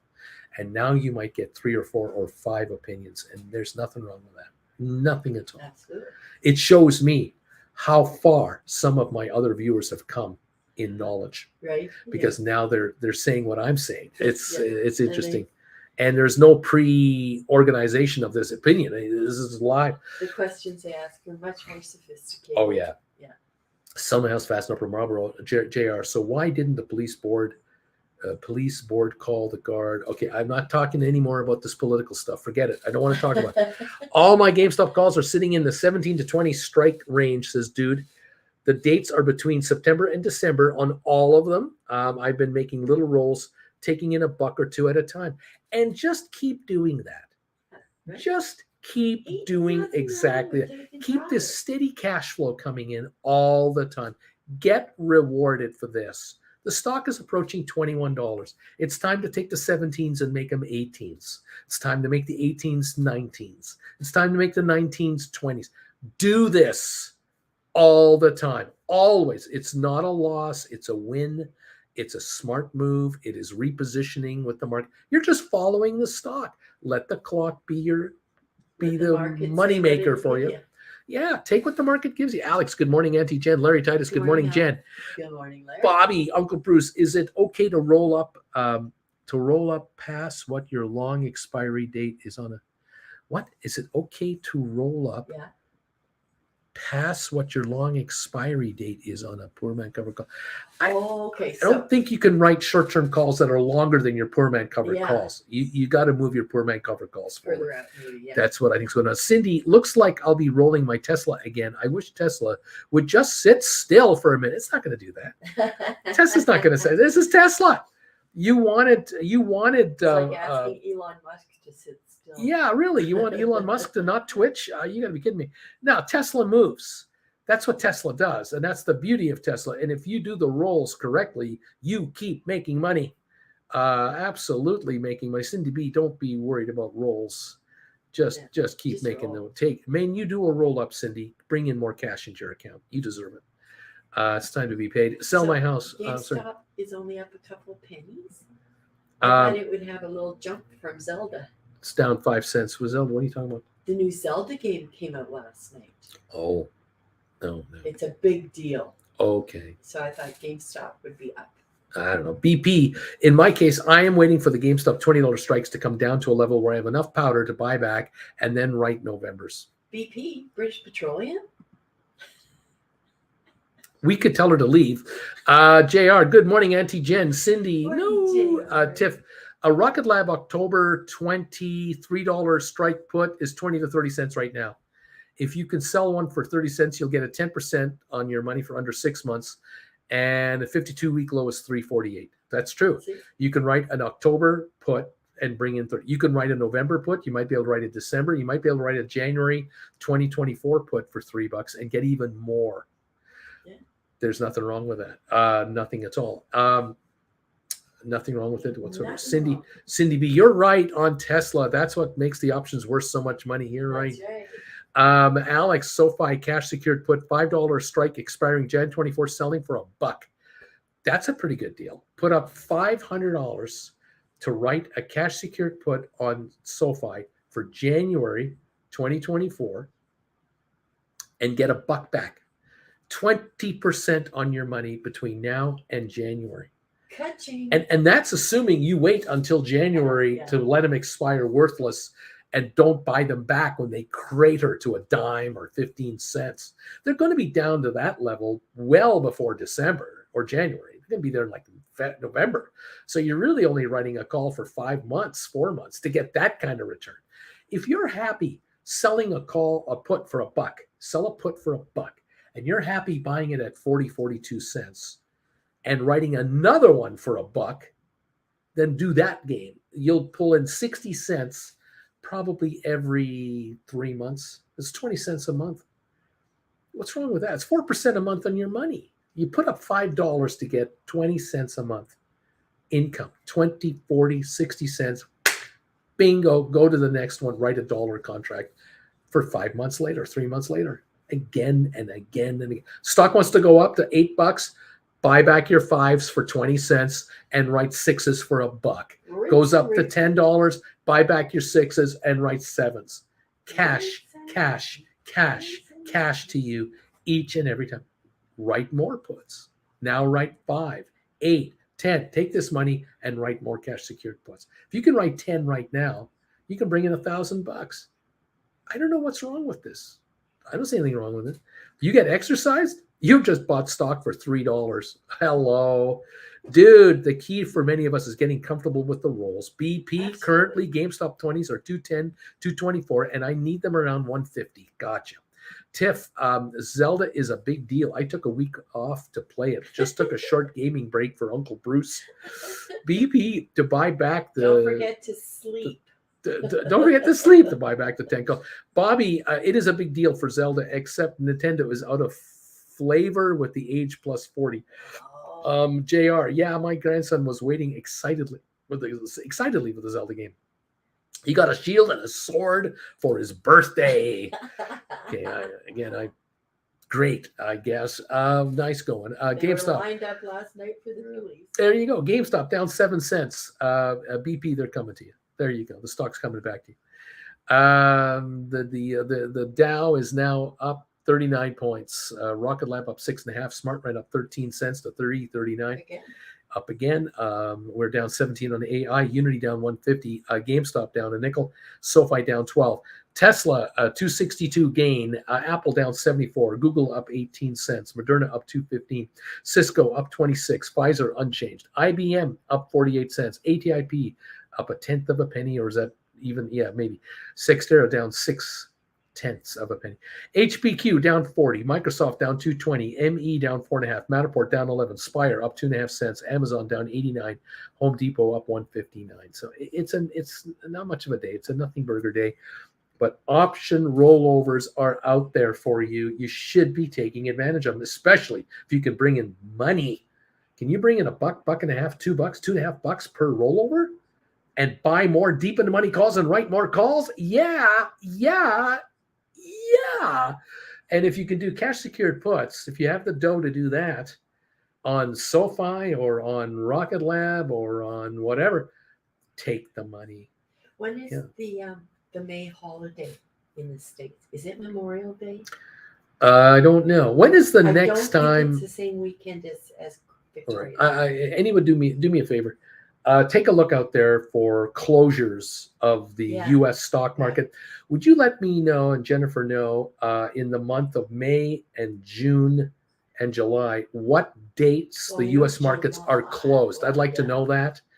I'm too busy being here right now to look at it. Do they do like they're like us? July 1st is Canada Day. July 4th is Independence Day, and that's the holiday, right? No. Oh. Because if July 4th is a Sunday, well, then Monday, then they do get the Monday. They might be closed for trading on the Monday. But if it comes on a Tuesday, Tuesday's the day off, right? I don't know. Cindy B says May 29th and July 4th. May 29th. Okay. And so they're the week after us. We're the 22nd for Victoria Day. Because we just take the Monday closest to the 24th. There you go. Yeah. There you go. Okay. And of course, what's Sunday? This Sunday, 2 days from now. Mother's Day. There you go. There you go. Yeah, I don't have to worry about Mother's Day. You folks know this. Husbands do not have to buy presents for their wives on Mother's Day. The kids are supposed to buy presents for their mothers on Mother's Day. We gave you an heir. We gave.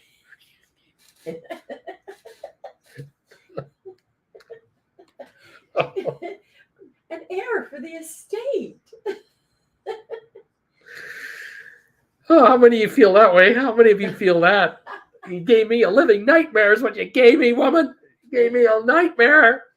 I gave you a delight and a joy. You gave me a photocopy of yourself, and one was bad enough. Now I've got a screwed up photocopy of you. I gave you a photocopy of you.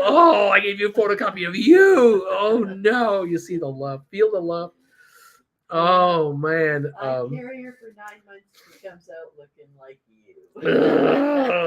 Guys and Uncle Bruce, I have a question from Boris. I wrote 3 butterfly calls expiring today. And again, I don't know what this is. Okay, let's see. Okay, 3 calls at 19. I leave you to this. Unpacking calls me. Bye, Okay. everybody. Have a good weekend. Be nice to your moms. Thanks, Jen. Okay, 3 calls at 19, -6 calls at 20, 3 calls at 21. Can you please suggest an exit strategy? Trading platform says I don't have enough. BP trade was 134. Thanks.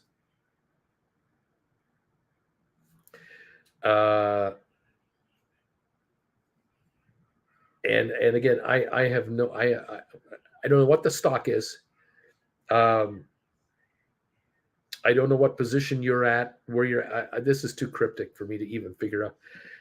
Marcus, June 19 is a holiday as well. Mark Gibson, May 29, June 19, July 4, September 4, November 23, December 25. These are all U.S. closures. May 29, June 19, July 4. Financial mischief. Uncle Bruce, I'd like you to tell my wife I don't need to buy her anything for Mother's Day. Just be warned, she may or may not chunk something in your direction. It's the kids. The kids buy mom's presents for Mother's Day. Fathers buy, husbands buy wives gifts for anniversaries, birthdays, Christmas, and maybe Valentine's if there's romance in the marriage. Otherwise, the wife buys men everything. Boris, 3C means I bought 3 calls. Sorry, it's GameStop. -6 means I sold 3 calls. I'm sorry, Alex. See you, Jen. Boris, I sold 6 calls. Okay, so Boris is trying to tell me and us what is asking what should I do. I wrote 3 calls at 19. No, I bought 3 calls at 19. Is that right? Yeah. Okay. I bought 3 calls for 19. I wrote 6 for 20, and I bought 3 for 21. Can you suggest an extra strategy? Again,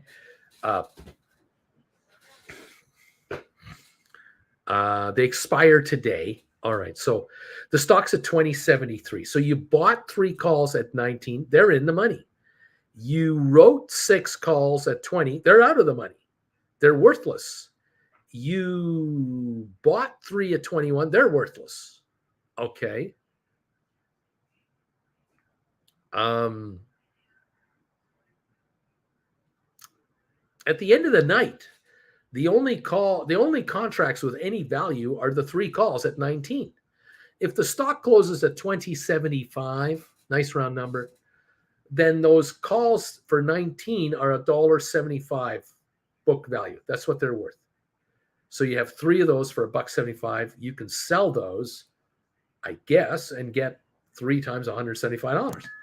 Those 6 you wrote at 20 are or they're in the money. Pardon me. They're in the money. You're negative 75 cents times 6. But the 21s are out of the money. They're worthless. Okay. So you lost money on the 21s. I don't know if you're making money on the 20s because I don't know what you got for them. And then are you up on the 19s? I'm going to assume you are. So the 19s are worth 175. The 20s are worth 75 cents negative to you. So that's $1.50 total on the one side. You're still ahead somehow a little bit. I'm trying to figure this out here. Deuce, I wrote a butterfly call, an eagle call, an elephant call, and then I went Yabu and I wrote a killer whale call. That's the one I need to hit. Financial, ouch, Uncle Bruce. I have never celebrated Valentine's Day. I promise you our romance is still going strongly. Deuce Caboose, 172. Thank you. BP, SoFi must be going down because of the Motley Fool and Seeking Alpha negative reviews. It's at 504. It's a down and dime. Again, on this butterfly thing, I don't know what you got in at. I don't know the numbers. So I don't know what to tell you. And you should. I get so frustrated when viewers do trades that they don't understand. How am I supposed to understand when I don't get the info? I don't. You may have to write me a private email on this. Tell me, what did you get for each one? What did you pay for each one? Write it out in an email, and I'll look it over. I mean, this is too. I'm in the dock here. Deuce, Truist with an $8 target on SoFi. Market's reaction, yeah, we don't care. Oh, okay. SoFi 502, 504. The lower it goes, the bigger a bargain it is. The lower it goes, the more money you can get for a put contract. And maybe that's what you want to consider doing. Maybe you want to write $5 puts, good till January of next year, and say, I dare you to give me this stuff at 5 or at 4 or 5. I'll write 5s, and I dare you to sell it to me. I'll take $1, $1, $2. That's like buying this stuff for $3.98. Give it to me anytime, man. Anytime you want. Yeah, you want to be exercised on these deals. You really do want to be exercised on these deals. Write 450s, write 4s if you're a little more conservative. Yeah. What's wrong with that? Nothing. We're down 21 cents on GameStop, aren't we? 2066. Down come the contracts. There you go. Okay. You can write put contracts on SoFi, on GameStop if you want, of course. You want to put up, put up $1,600 and write $16 puts on GameStop. You want to put up $1,750 and write $1750 put contracts for 3 months, 6 months, whatever. Knock yourself out.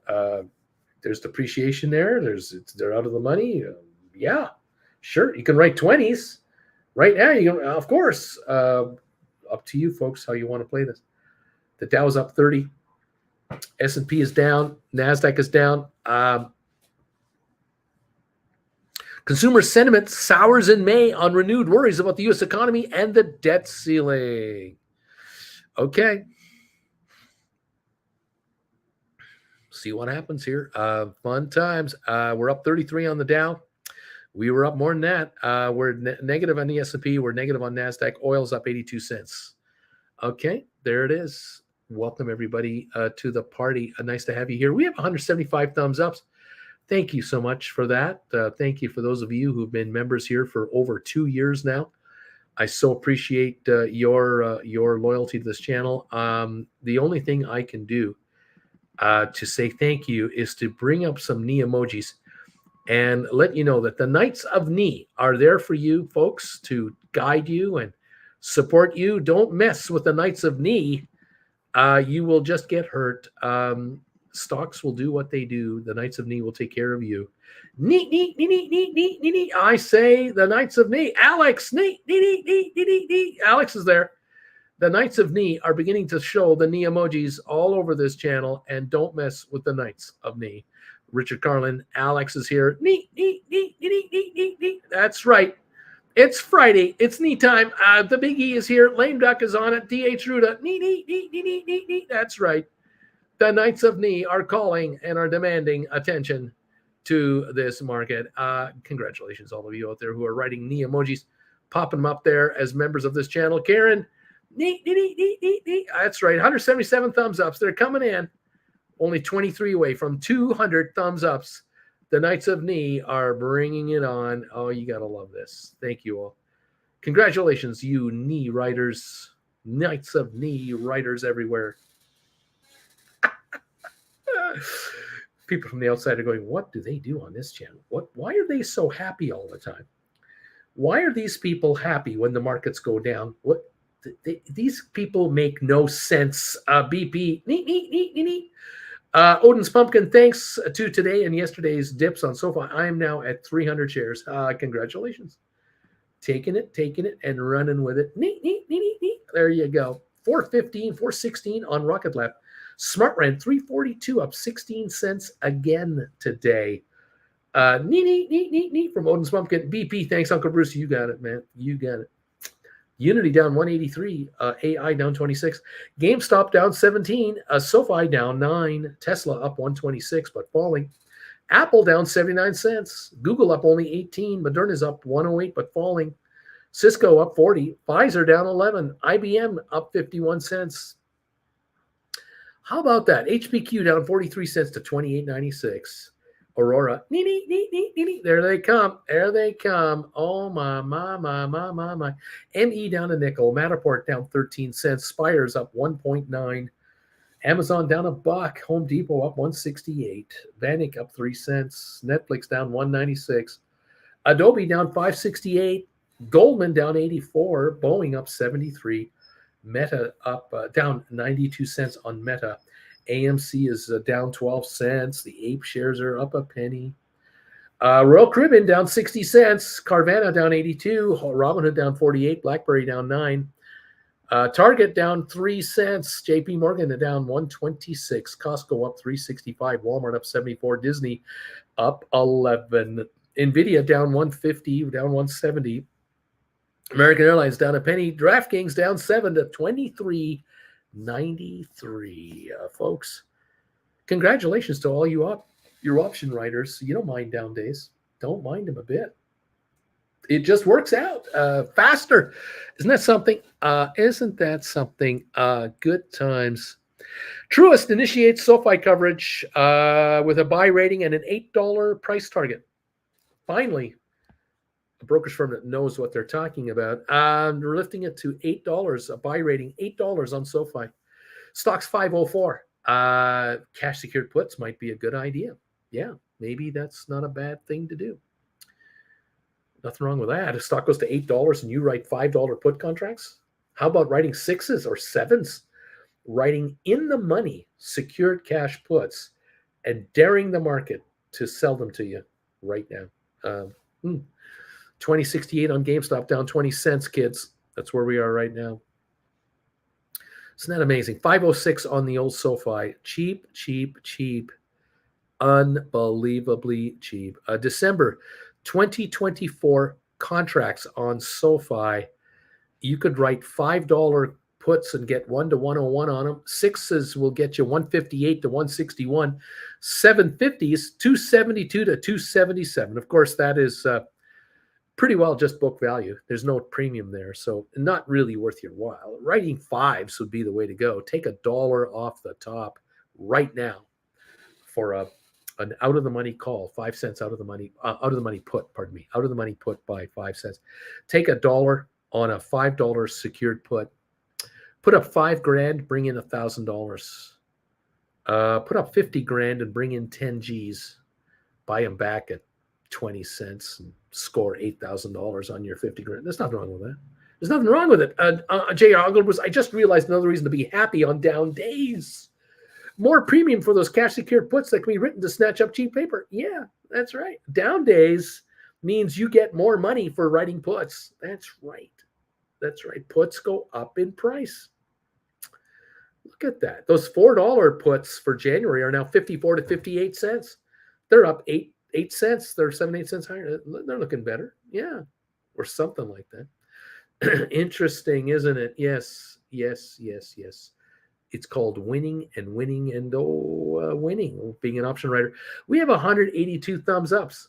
Thank you guys for this. This is better than yesterday. We got 2 minutes to go and our show is done. And we have 182 thumbs up. So you guys are awesome. I can only say neat to that. Thank you for these thumbs ups. 182. I appreciate it very much. And if you're able to hit the thumbs up button out there, please do. And make sure to have yourselves a great weekend this weekend. And I'm going to get some sleep. That's what I'm going to do. I'm going to shave and shower and get some rest. Richard Carlin, thank you for the emojis. I might make a video this weekend. You never know. Maybe I'll think about class number 16. I'll think about coming up with class 16 and announce that next week to you guys and let you know what class 16 is going to be all about. And then you guys can reserve your slot for class 16 anytime you want. Just make a contribution to the channel, $150 to channel. Let me know what that's for. Here's $150 because I love you. I love those. Those are the best. 150 for a seat at the class. I want to have a seat for class 16. Here's $150. We thank you for that too. It's all great. If you want to have a one-on-one with myself anytime, you let me know when that would work for you. Send me an email. Say, Uncle Bruce, I'd like to have a one-on-one with you. I need to talk to you about how rich I'm getting. I need to understand how to live a life of success. I've been a loser all my life. I've been a slacker. I've never been a winner like I'm a winner now. I need your help to help me guide me how to behave myself. How do richer people live? Can you help me with that? I'd be more than happy to try to work that with you. Just get a hold of me, and we'll figure it out when it's time to bring you in for a one-on-one, and we'll get you set up. Sure, yeah, you bet. Bruce, I've never seen this much money in all my life. I don't know how to. I don't know what to do. My friends out there are struggling. My all the relatives I know are struggling to get by, and I'm making a killing right now. Can you help me how to cope with this? I'll do the best I can. You get a hold of me, and we'll see what we can do. James Burnaby Fishing. I haven't been writing puts. Correct me if I'm wrong. If you sold under leverage SoFi shares for 5 and use the money to sell puts, the stock goes to 10, you make $1 more than if you held the stock. Is that correct? Well, it's kind of correct, but there's something else to think about. You see, if you sell the stock and then use the money to write cash secured puts and bring in $1, and the stock starts to go up, the premium starts to go down on that put contract. You are correct. Now, if you wait until the end of the contract's lifetime, and you don't do anything until, in this case, January of 2024, and the stock is at $10, it is true that you're sitting on $600 instead of $500. You'll have made $1 because you did nothing. Okay. But you don't have to do it that way. You can play it a little more aggressively than that and still be conservative about it. For example, the shares go to $6, $6.50. Okay, they start moving up, and then they go to $7. You could buy back your $5 put, which might be sitting at 50 cents, 60 cents, and make a little profit. Turn around immediately and now write a $6 put for $1. Might write a $7 put for $1.20, and the stock goes higher to $7.50, $8, $8.50.